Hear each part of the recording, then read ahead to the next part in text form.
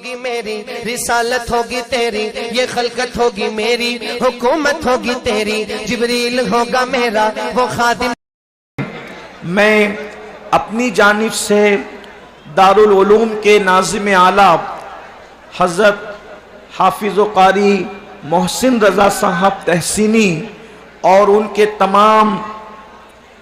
رفقا کو اور تمام اساتذہ کو مبارکباد پیش کرتا ہوں کہ یقیناً ایک بچے کو حافظ بنانا آسان نہیں، لیکن 72 حفاظ انہوں نے قوم کو عطا فرمائے، اور وہ بھی 72، نہ 73 بنائے نہ 71 بنائے، بلکہ 72 بنائے، اور یہ 72 کا عدد کربلا والوں کا عدد ہے۔ تو آج کی اس محفل کو بڑا رنگ ہے اور اس پر عشق و مستی کا رنگ چھایا ہوا ہے۔ تعلیمی کانفرنس میں میں ارادہ کچھ اور کر کے آیا تھا کہ میں کوئی گفتگو کروں گا، لیکن بھائی کفیل انبر کے نعروں نے اور ان کے بعد جناب مداح رسول محمد علی فیضی صاحب کے کلام نے حضور آپ کو دیکھنا چاہتا ہوں، اس نے میری طبیعت میں ایک تبدیلی سی پیدا کی اور بربط دل کے تار اس طریقے سے چھڑ گئے کہ میں نے سوچا کہ اب کوئی اور عنوان لینا انتہائی جفاکاری ہوگی، اس لیے میں نے اپنے عنوان کو تبدیل کر دیا ہے۔ ان کے کلام کو سن کر میں امید کرتا ہوں کہ آپ سب آنے والی گفتگو کو توجہ کے ساتھ سماعت کریں گے۔ یقیناً میں بار بار آپ سے یہ نہیں کہوں گا کہ آپ خاموش رہیں یا سبحان اللہ کہیں، کوئی بات نہیں ہوگی، صرف آپ کو اپنے عشق رسول کا ثبوت دینا ہے۔ یاد رکھیے اس وقت مسلم امہ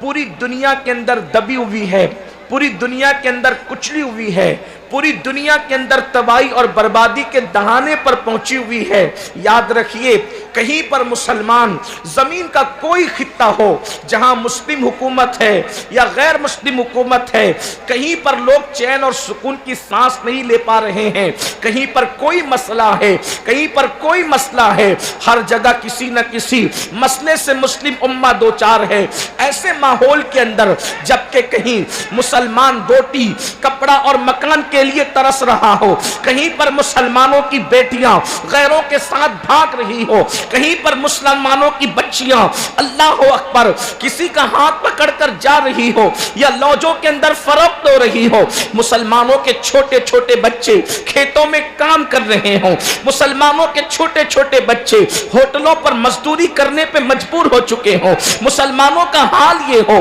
غربت کی چکی میں ایسے پس رہے ہوں کہ اللہ اکبر اسکول کی فیس بھرنے کے لیے پیسے نہ ہو، ایسے حالات کے اندر لوگ کریں تو کیا کریں، آخر کیا ایک کام کریں، آخر کون سا کام انجام دے جس کی بنیاد پر اس گرتی ہوئی قوم کو ہم اوپر اٹھا سکیں۔ اللہ اکبر، آخر کیا اس قوم کو پیغام دیا جائے کہ کچلی ہوئی قوم پھر سے اٹھ کر پورے قد سے کھڑی ہو سکے، آخر اس قوم کو وہ کون سا پیغام دیا جائے، کس طرف اس قوم کو لایا جائے۔ اللہ اکبر، کس قوم کو لایا جائے، کس قوم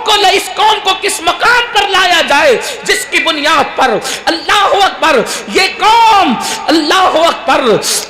دلدل سے گناہوں کے نکل کر عزت اور تقوی کی شاہراہ پر آ سکے۔ میرے پیارے آقا علیہ السلام کے پیارے دیوانوں، تو مجھے تو کوئی عنوان سمجھ میں نہیں آتا۔ یاد رکھیں میں علم کا مخالف نہیں، بلکہ میرا نظریہ تو یہ ہے، اللہ کے رسول صلی اللہ علیہ وآلہ وسلم نے 23 سال کی قلیل مدت کے اندر جو پوری دنیا میں شرق سے لے کے غرب تک انقلاب پیدا کیا تھا، وہ خالص تعلیمی انقلاب تھا۔ لیکن یاد رکھنا، صرف تعلیم اپنے مسئلے کا حل نہیں ہے، صرف دولت اپنے مسئلے کا حل نہیں ہے، صرف عبادت اپنے مسئلے کا حل نہیں ہے، صرف سیاست اپنے مسئلے کا حل نہیں ہے، صرف اللہ اکبر نعرے اپنے مسئلے کا حل نہیں ہے، صرف کانفرنس اپنے مسئلے کا حل نہیں ہے۔ آؤ گرتی ہوئی قوموں کو اٹھانے کے لیے ایک نسخہ ہے، باقی قوموں کو